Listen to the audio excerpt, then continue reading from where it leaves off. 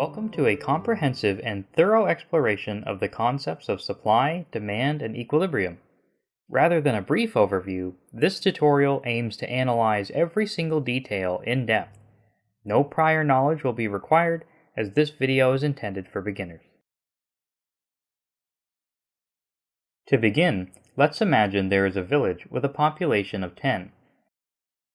In this village, there is a market where people go to buy and sell goods each day.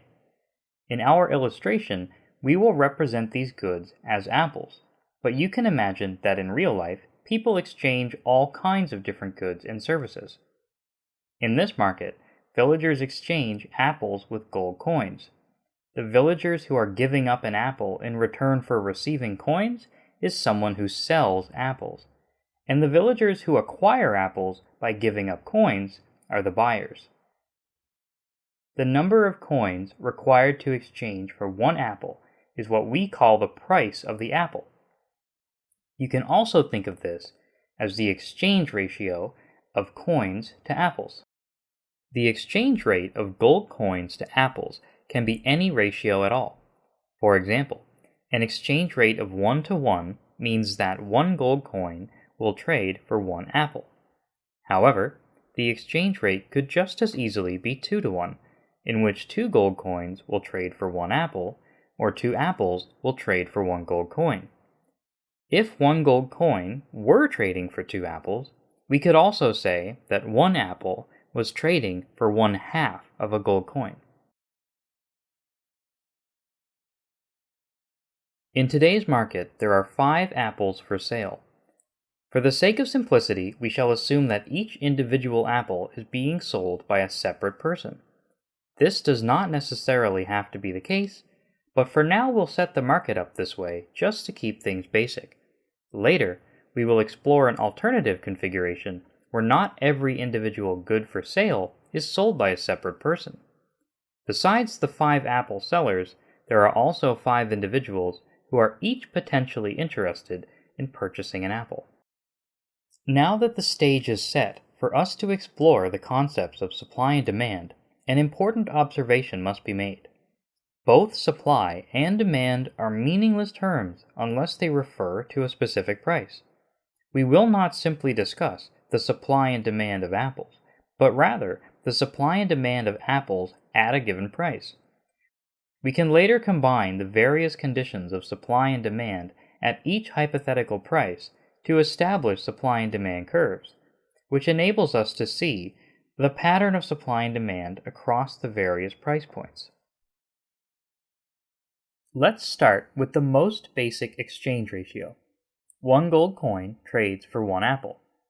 At this price, all 5 of the individuals who are potentially interested in purchasing an apple would like to do so, but only one of the potential apple sellers is willing to sell at this price. We can speculate why buyers are so eager. Perhaps it is because it is a great deal compared to normal apple prices, because they simply love apples, or maybe even because they want to buy the apple to stop someone they don't like from getting it first. It's important to understand that the reasons individuals make exchanges can never truly be known, but that's okay because the purpose of a supply and demand analysis is to investigate something entirely separate from the why. All we need to know for our purposes is that at an exchange rate of one gold coin for one apple, 5 buyers will willingly trade the coin for the apple, but only one seller will trade an apple for a single coin. What we can say about such exchanges is that, for whatever reason, the individual who engages in the exchange expects that they will be more satisfied by what they are receiving than what they are giving up. Unfortunately, at a price of 1 coin per apple, it is clear that 4 individuals who would want to make an exchange at this price are unable to do so, as there are more villagers demanding apples than there are villagers supplying them. Let's clarify what the elements of the illustration represent. On the left-hand side, we see 5 red villagers who each represent the buyers, as well as 5 blue villagers who represent the sellers. At each price point, we will see some of the villagers brightly colored and others faded out.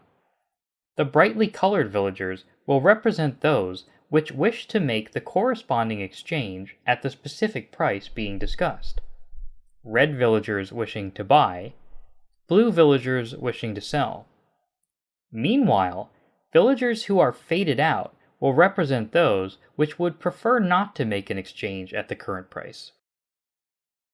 Remember that each villager is demanding or supplying a single apple in this scenario.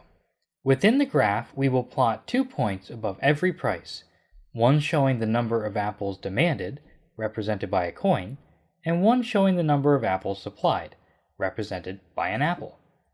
An apple or coin at the top of the graph represents all 5 of the demanders or suppliers being willing to engage in the exchange, and as the point moves lower, it represents fewer and fewer of the villagers wanting to exchange.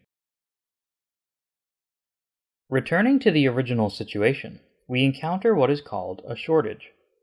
During a shortage, the amount of goods which individuals wish to purchase is greater than the amount of goods which are for sale at the current price. In response to a shortage, the potential buyers for whom there are too few apples to satisfy their desires will pay a higher price in an effort to entice more potential suppliers to enter the market. Remember, individuals only voluntarily exchange goods when they expect to benefit. Offering to pay a higher price does not necessarily cause supply to increase at a consistent rate. For example, the next most likely to sell supplier might value his apple more than 4 coins but less than 5 coins, meaning that a price increase from 1 to 2 or even 3 to 4 would not result in more apples for sale. Not until the price reached 5 coins would more apples enter the market. Later, we will explore the concept of marginal utility, which will further elaborate why supply curves can only advance horizontally or upwards, and demand curves can only advance horizontally or downwards. Keep in mind that in our illustration, 1 additional apple enters the market every time the price increases by 1 coin. While this kind of direct proportional relationship is not likely to happen consistently in reality, it is a great way to explain and visualize the fundamental functions of supply and demand. Let's now raise the price to 2 gold coins per apple to represent the buyer's increased bidding. At this exchange ratio, 1 less villager is willing to purchase an apple. Perhaps he only likes apples a little bit, so paying more than 1 coin just isn't worth it for him. He expects that he could spend 2 coins on something else which would make him happier than a single apple could. However, now we also have 2 villagers willing to sell their apple, rather than just 1. A seller who previously expected to get more value out of his apple than a single gold coin has decided that, despite valuing 1 coin less than 1 apple, 2 coins is another matter entirely. In this case, we can see that there are now 2 possible exchanges which can take place. Yet, at this price, there are still 2 individuals who wish to make a trade but cannot, as there are no apples available to them. At the price of 3 gold coins per apple, we encounter a unique situation. What makes this price special in particular is that an equal number of individuals wish to sell apples as those who wish to purchase them. Increasing the price from 2 coins per apple to 3 coins per apple discourages 1 additional buyer from purchasing and entices 1 additional seller to make the exchange. Because we know that each participant in an exchange expects to benefit, we can say that the equilibrium price maximizes the benefits the market will generate by allowing the maximum number of exchanges to occur. The maximization of exchanges which occurs at the equilibrium price is described as clearing the market, and after we finish exploring the other prices on this chart, we will return to further elaborate how the market process naturally establishes an equilibrium price which eliminates shortages and surpluses. At the price of 4 gold coins per apple, we encounter the inverse problem from that which we observed at the prices of 1 and 2 gold coins.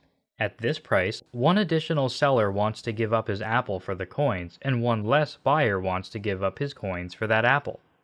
While the price of 1 or 2 gold coins created situations where more individuals were demanding apples than there were individuals supplying them, now there are more suppliers wanting to sell their apples than there are individuals who wish to buy them. This situation is called a surplus, and although the term surplus generally carries positive connotations and shortage normally sounds far more negative, both are economic inefficiencies which can have terrible consequences in practice. Finally, at a price of 5 gold coins per apple, we find ourselves in a situation where only one buyer likes apples enough to make the exchange, while all 5 of the potential sellers are eager to do so.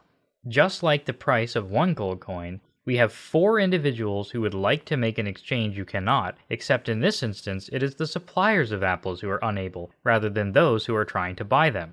As the price increases beyond the equilibrium price, fewer exchanges take place and more individuals find themselves unable to make the exchanges that they desire.